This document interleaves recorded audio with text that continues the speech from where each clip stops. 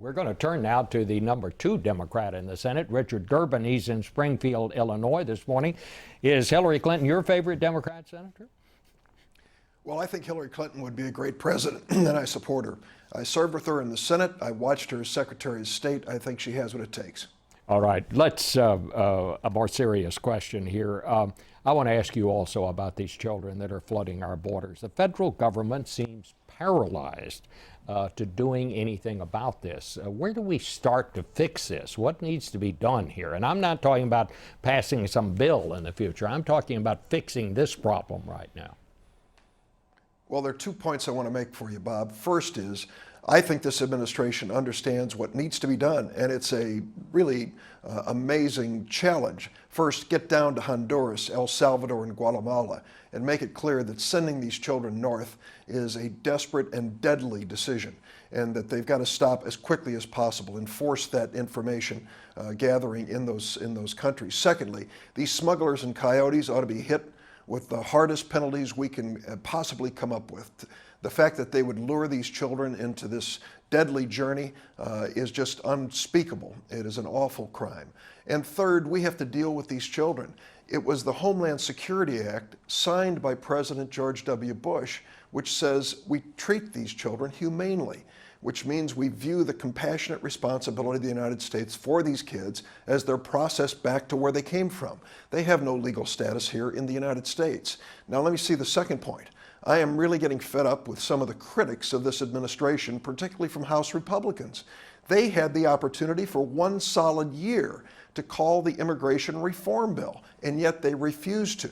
And now they're arguing we need more enforcement at the borders and a lot of other things. When are they going to accept their responsibility to govern, to call this bipartisan bill for consideration? I want to ask you also about Iraq. You just heard Senator McCain, you just heard Senator Graham. Do you think Democrats will stand behind the president if he decides to order airstrikes, if he decides to go after ISIS? And I guess I would ask you also, do you agree with the 2 senators we just heard that this really is a threat to American security, this ISIS group and what they stand for? Well, I think we need to take them seriously, but realistically. And realistically, this is what it comes down to. What have we learned in the last 12 years in this part of the world? We have learned that the United States has the best military on earth, the best weapons, the best technology, and yet even those troops, even that capacity, cannot restore a leadership to Iraq.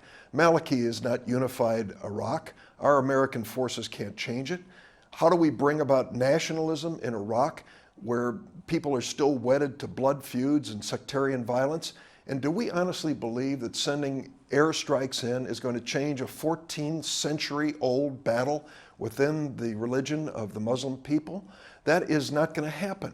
So let's be careful, as the president says, use our power and our authority in an effective way. He's called for a counterterrorism partnership.